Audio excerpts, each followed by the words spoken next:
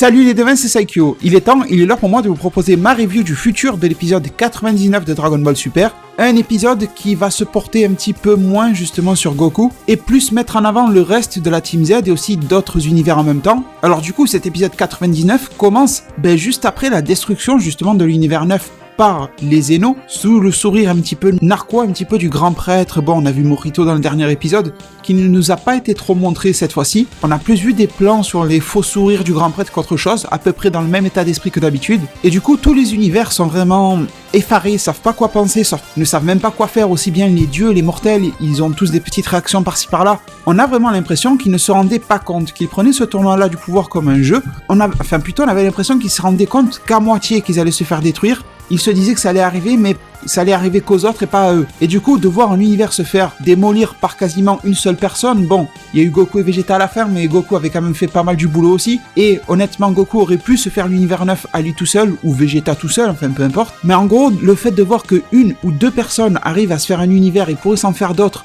sans être trop essoufflé ou fatigué par la suite, justement, ça fait très peur aux autres. Alors pour le moment, le seul univers qui n'a pas vraiment peur, c'est l'univers 11. On sent que aussi bien les guerriers, les Pride Troopers et les dieux sentent qu'ils sont encore supérieurs, même supérieurs au niveau de Goku et de Vegeta. Mais bon, quand même faire attention parce que on a très bien vu, regardez dans l'épisode de 98, l'alliance de Goku et Vegeta, ils nous ont pondu un Final Kamehameha, qui normalement c'est une attaque qui appartient uniquement à Vegeto et Seiji Blue dans l'anime Dragon Ball Super. Je parle pas des jeux vidéo, je parle vraiment que de la série. Et franchement, même si le Final Kamehameha est moins fort que celui de Vegeto et Seiji Blue, parce qu'il y a la puissance des Potara, etc., se dire que Goku et Vegeta seraient capables de reproduire des attaques de Vegeto en étant séparés, c'est quand même assez monstrueux. Et puis je sais pas, on peut partir quand même dans des délires assez loin. Les deux qui collent leurs bras un contre l'autre et qui reforment l'épée de Vegeto. Alors ça serait difficile à manipuler, mais justement c'est ça le prix à payer. Vous n'êtes pas fusionnés, donc vous galérez aussi de l'autre côté. Mais voilà, on sent qu'il y a une certaine certitude dans l'univers 11 de pouvoir gagner le tournoi. J'espère quand même que tôt ou tard, ils redescendront un petit peu de leur piédestal et de leur rôle de leader, de favori. Du coup après ça, les univers ne veulent plus y aller. La réaction c'est tout simplement, si on se tape, on se tue, alors on ne se tape plus et personne ne mourra. Sauf que ça ne plaît pas du tout aux Zeno et aux grands prêtres, qui ordonnent aux combattants de reprendre le combat, sinon ils seront détruits plus vite que prévu. Et du coup, on revient au point de départ, on se refout sur la gueule en espérant pouvoir gagner et en donnant le meilleur de soi-même. Au passage, ça concerne cet épisode 98 et l'épisode 99, là, celui-ci, toujours une déception de ne pas voir les réactions des dieux qui sont épargnés, comme Jin, Arak, etc., Likir, Oguma, tout ça. Bizarre de ne pas voir s'ils sont contents, s'ils sont un petit peu choqués ou pas, enfin bon. C'est quand même assez étrange de ne pas en avoir plus. Je pense que l'auto-animation ne veut pas aller plus vite que la musique en fait. Et du coup sur cette reprise de combat, on voit alors Goku qui a l'air un peu dégoûté justement de Zeno, il le regarde. Bizarrement, c'est vrai qu'en fin d'épisode 98, Goku avait regardé très sérieusement le grand prêtre, presque comme s'il le considérait comme un ennemi, alors que c'est pas lui qui a fait la destruction, il faut le dire. Le grand prêtre, il fait un petit peu le rôle d'arbitre, d'organisateur, d'animateur, et c'est pas lui qui détruit les univers. Mais bizarrement, Goku le regarde presque méchamment, très sérieusement à lui. Donc je pense que ça aussi c'est un petit indice pour faire comprendre que quelque chose de mauvais se prépare chez certains dieux. Et du coup là c'est Goku qui se met à regarder Zeno, mais plus avec une sensation, de dégoût, en voulant dire tu n'es pas forcément méchant, mais ce que tu fais c'est complètement con, tu détruis les univers.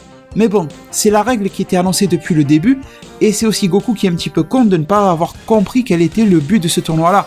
Je me rappelle épisode 77, quand on parlait des règles du tournoi et tout ça, il y a Goku à la fin dans une musique un petit peu épique et tout ça, là, regardant au loin, vous voyez, le machin vraiment pour se la jouer beau gosse, en disant c'est bon, on n'a qu'à gagner. Ouais, mais t'as qu'à gagner, mais tu vas péter les autres univers aussi. Et ça me faisait bizarre de voir Goku qui ne se rendait pas compte justement du fait des destructions qu'il allait causer, des pertes de vie, des pertes d'existence, c'est encore pire que perdre sa vie. Et même si Goku adore gagner et veut se battre contre des mecs plus forts, je suis sûr que si on pouvait lui poser la question, ne vous inquiétez pas, je suis pas fou, je sais qu'il n'existe pas réellement, je suis quand même sûr qu'il ne voudrait pas combattre contre des gens si ça causait leur mort. Quand on voit que Goku a refusé de tuer Freezer, une des pires merdes qui existent dans l'univers 7, alors pourquoi voudrait-il causer la fin de l'existence, c'est pire que la mort, de personnes qu'il ne connaît même pas et qui sont peut-être bons.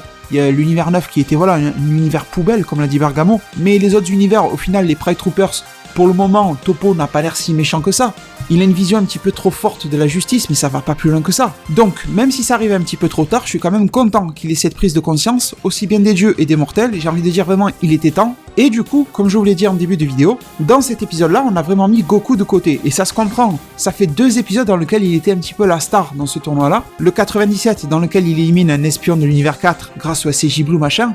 Et l'épisode 98, aux côtés de Vegeta, dans lequel il a vraiment brillé. Et à deux, ils ont foutu un univers en l'air. Et même si j'adore Goku, j'approuve l'auto-animation qui a mis Goku de côté. Parce que voir Goku tout le temps, après, je sais que vous êtes à peu près d'accord avec moi. J'avais remarqué ça durant l'arc Goku Black et tout ça. Voir trop Goku, ça fait trop de Goku et on en a un petit peu marre. Pas marre dans le sens on est ingrat et on ne veut plus voir Dragon Ball Super, c'est pas ça. Dans tous les cas, ils peuvent nous foutre du Goku tous les jours, on le regardera, c'est pas ça le problème. Mais bon, quand même, si on voit que Goku, on se dit, mais au final, ça sert à quoi d'avoir fait une Battle Royale? Ça sert à quoi d'y venir à 10 à ce tournoi-là? Bon, voilà, c'est bien beau, c'est le héros, mais quand même, les autres, ils sont là aussi pour quelque chose. Et du coup, finalement, on aura vu Goku combattre, mais très très peu. On l'aura vu taper dans quelques mecs un petit peu lambda, etc., des mecs un petit peu au hasard, histoire de lui donner 2-3 animations, mais ça n'allait pas plus loin en tout cas. En tout cas, pour finir sur Goku, je pense, et bon, on a très bien compris que ça va arriver grâce au spoiler, que Goku va être confronté, c'est pas le bon mot, mais va être en face en tout cas de Caulifla et de Kale. Je pense pas que ça va être vraiment pour un combat, peut-être qu'ils vont s'échanger quelques coups avec Caulifla, mais je pense pas que ça va aller très très loin.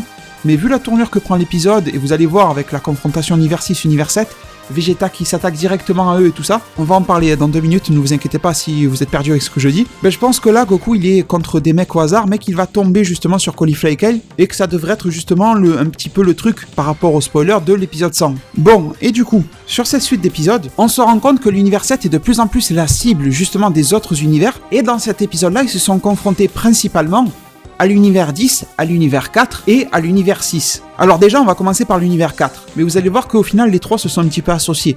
Mais bon, on va faire univers par univers quand même. Donc, l'univers 4, c'est tout simplement parce que C18 commençait à être un petit peu en difficulté. En difficulté contre un gars de l'univers 4 qui s'appelle Shusa ou Shusa, enfin je sais pas, on va dire Shusa, je sais pas trop comment on prononce. Et du coup, Krillin quitte le groupe là qu'il formait avec les gars, la Gohan et compagnie. Donc le groupe de Gohan est encore plus affaibli, encore une fois. Il y a vraiment de moins en moins de monde dedans. Mais sur le chemin, Krillin est arrêté justement par un autre combattant, c'est le mec assez ridicule de l'univers 10. Celui qui fait partie des danseurs de samba, celui qui ressemble à un perroquet tout vert géant, qui porte un kilt, un Marcel et un petit chapeau rouge. Vraiment le truc super ridicule. Ce gars-là s'appelle Jium ou Jium, enfin je sais pas comment vous le prononcez non plus. Et du coup le combat s'engage entre Krillin et ce gars-là, et personne ne vient vraiment l'aider.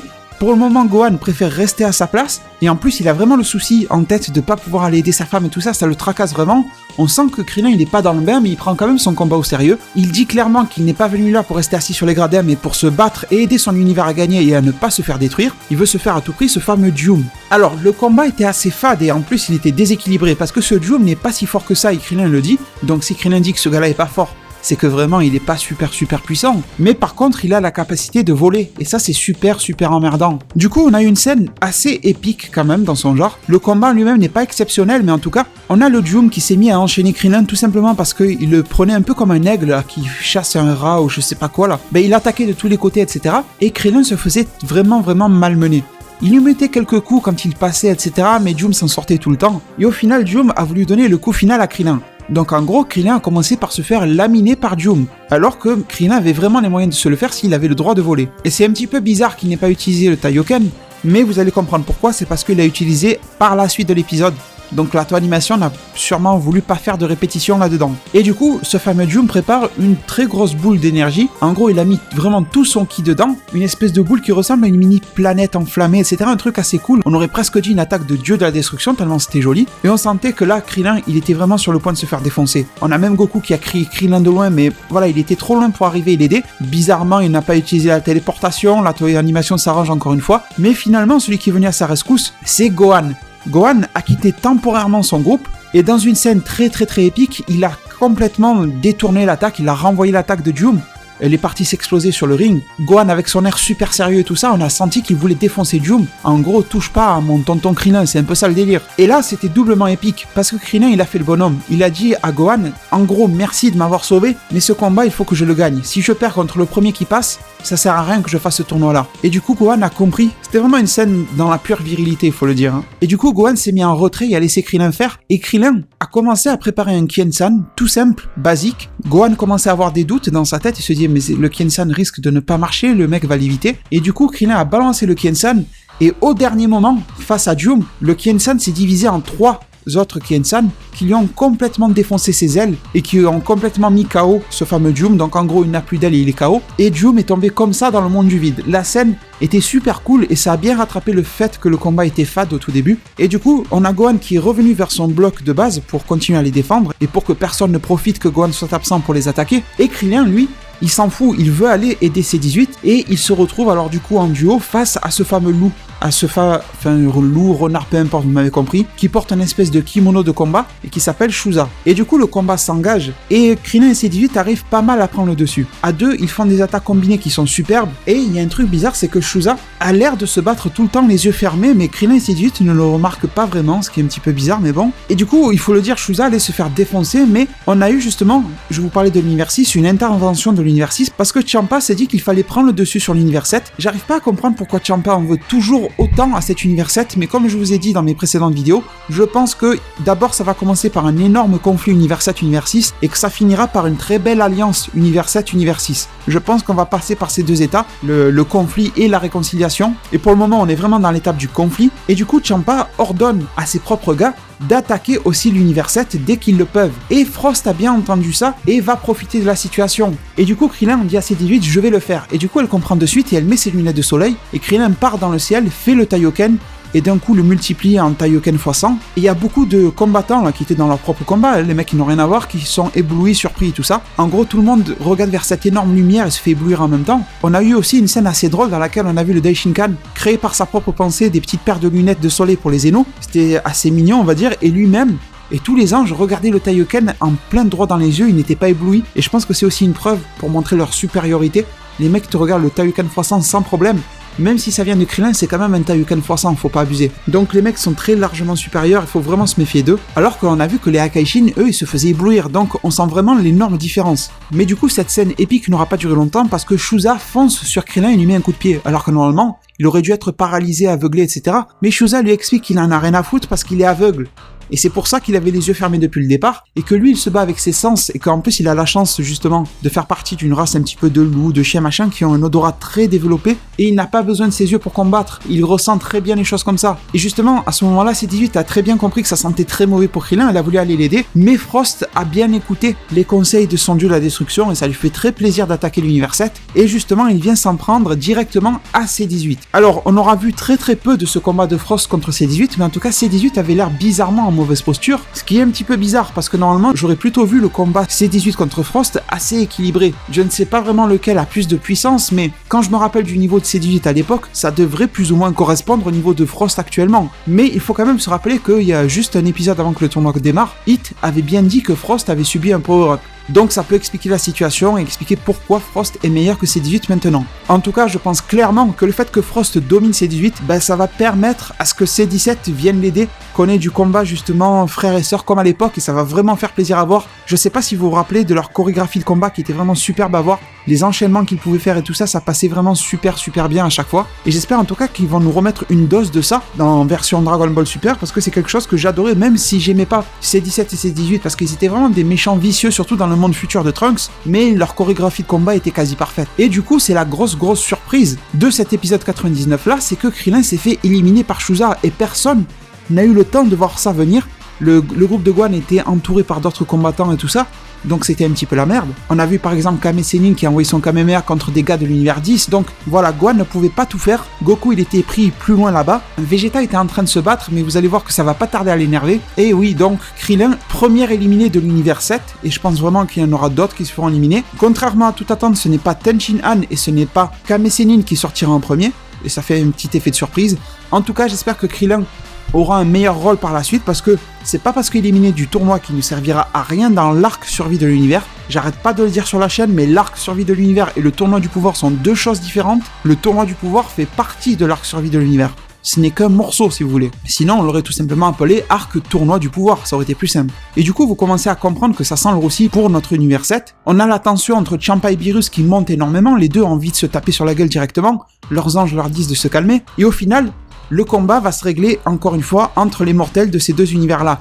Et du coup, Ciampa il a donné l'ordre aux gars de l'univers 6 d'attaquer l'univers 7, et Beerus va faire de même, mais de manière peut-être un petit peu plus stratégique, en disant au groupe de Gohan, d'arrêter de rester en mode défensif et de passer en mode de combat justement, et de changer et de former des petits groupes et d'aller aider les mecs qui sont sur le terrain et de former des petites équipes justement. Et c'est pour ça qu'on va avoir des attaques en duo, par exemple de C18 et de C17. On va avoir des unions comme ça qui vont se faire, pourquoi pas du Piccolo et du Vegeta, et pourquoi pas du Goku Kame Sennin et du Tenshin Han Gohan. Enfin, on peut avoir pas mal d'associations super sympas. Et en tout cas, l'univers 7 passe vraiment au combat, et malheureusement la stratégie de Gohan et de Kaioshin n'aura pas tenu très longtemps.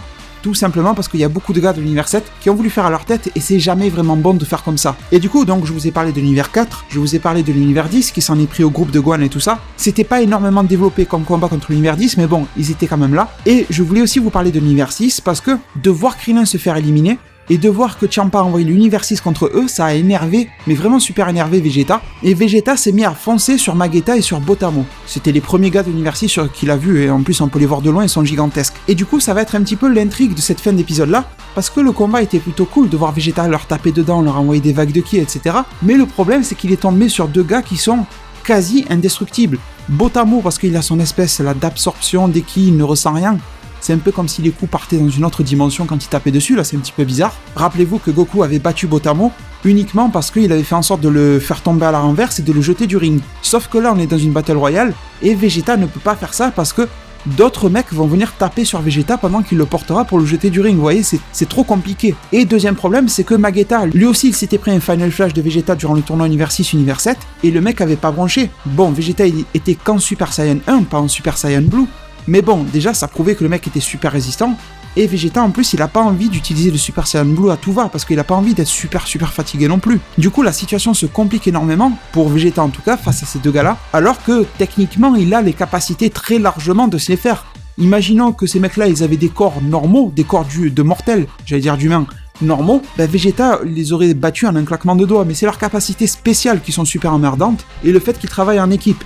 Et en plus on n'a pas le droit de voler, et du coup ça arrange énormément Magetta qui lui est toujours cloué au sol, et du coup on nous laisse sur cette fin d'épisode sur ce petit suspense là. Comment va faire Vegeta pour se sortir de cette merde? Est-ce qu'ils vont encore devoir travailler en équipe pour y arriver, et ça sera encore la leçon du jour on va dire, ou est-ce que Vegeta va vraiment trouver la classe combat? Je pense vraiment qu'il peut s'en sortir tout seul, mais je pense que ça se fera pas forcément par la puissance brute. Je pense qu'il va falloir encore utiliser la ruse, pourquoi pas encore insulter Magetta en espérant qu'il soit toujours aussi émotif qu'à l'époque. Pourquoi pas aussi utiliser les attaques de l'un pour qu'elle tape sur l'autre, par exemple faire en sorte que Magetta tape Botamo ou Botamo qui tape Magetta. Enfin, utiliser des ruses comme ça pour essayer que les deux s'embrouillent les pattes entre eux, faire en sorte d'utiliser le poids de Magetta pour par exemple envoyer Botamo dans le monde du vide, enfin voilà, ça peut être des ruses intéressantes. Et du coup les devins, j'en ai fini avec cette review du futur de l'épisode 99 de DBS. Je sais pas si vous l'avez remarqué, mais en tout cas c'est quelque chose qui est assez difficile pour moi de faire des reviews du futur dans un contexte de Battle Royale. À vrai dire, il peut se passer tout et n'importe quoi, et même tout et rien. Mais en tout cas ça m'a fait super plaisir de vous écrire cette review là et de vous la proposer sur la chaîne. Et j'espère que vous aimez bien quand je prends ce type de risque là avec des concepts qui sortent vraiment de l'ordinaire. Et du coup je vous remercie encore une fois. Et je me permets de vous laisser sur ces mots. Prenez soin de votre futur. Le meilleur moyen d'y arriver, c'est de vous abonner à ma chaîne, de la partager, la liker et la commenter un maximum de fois pour que notre communauté puisse se développer le plus possible sur YouTube. Merci énormément et à plus pour de prochains arts divinatoires.